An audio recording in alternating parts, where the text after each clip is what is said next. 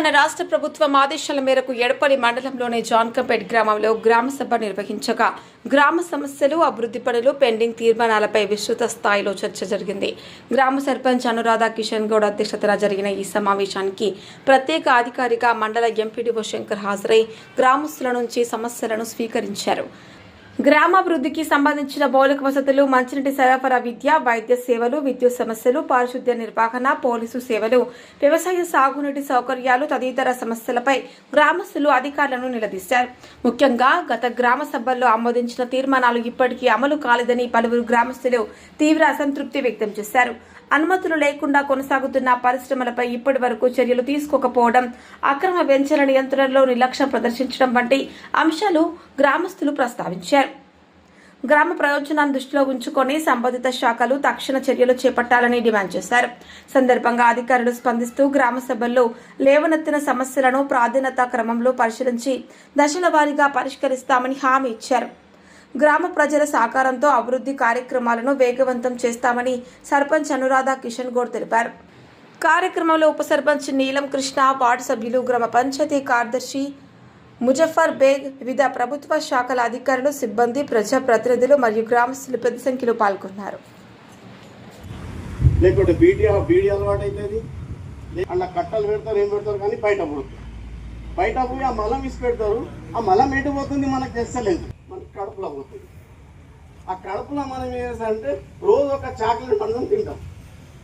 ఆ మలం ఎట్లా అంటే అట్లా తినేస్తారు. ప్యాకెట్లు కానీ, హోటళ్ళు కానీ, చెర్లు మొత్తం నిండిపోతున్నది. ఆ మలం ద్వారా, ఏమైనా గాలి ద్వారా మనకు వచ్చే రోగాలు ఇవి. ఇంకొకటి కింద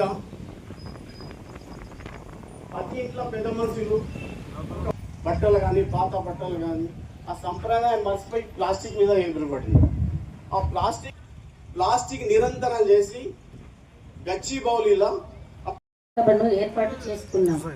ఈ గ్రామ సభను విచ్చేసిన గ్రామ వార్డు సభ్యులు, పెద్దలు, నాయకులు, పంచాయతీ కార్యదర్శికి అందరికీ నా నమస్కారం. ఈరోజు మనం గ్రామ సభలో చెప్పుకోదలిసినవి ఏంటంటే, ప్రతి వార్డులో సమస్యలు బాగా ఉన్నాయి. వాటర్ సమస్య బాగా ఉంది, కరెంటు కోత కూడా ఉంది. ఎక్కడెక్కడ వార్డులో వాటర్ లేవు, అక్కడక్కడ నేను వార్డుకు వెళ్ళి చూసి వచ్చాను. ఇంతకుముందు చెప్పారు చైర్మన్ గారు, అక్కడ ఫస్ట్ వార్డులో సీసీ రోడ్లు లేవు, కరెంటు లేవని చెప్తున్నారు కదా. నేను ఈరోజు త్వరలో మన పెద్దలు శిర్షన్ రెడ్డి గారు వస్తున్నారు, తనకు విచారణ చేసి నేను ఫండ్స్ తీసుకొని అవి చేయిస్తానని చెప్తున్నాను. అలాగే ఇంతకుముందు పెద్దలు లక్ష్మణ్ గారు వాళ్ళు కూడా చెప్పారు కదా, ఆ సమస్య కూడా నేను తీరుస్తాను. ప్రతి ఒక్కరి సమస్య నేను తీరుస్తాను. ఇప్పుడే కదా మనము 5 నెలలు అవుతుంది నేను సర్పంచ్ పదవిగా ఎక్కి. ఒక్కొక్క సమస్య నేను తీరుస్తాను. ఎవరి ఏ సమస్యలు ఉన్నా కానీ మీరు చెప్తున్నారుగా, ఇక్కడ రాయించిన మనిషితోని ప్రతి ఒక్క సమస్య నేను తీరుస్తాను, హామీ ఇస్తున్నాను.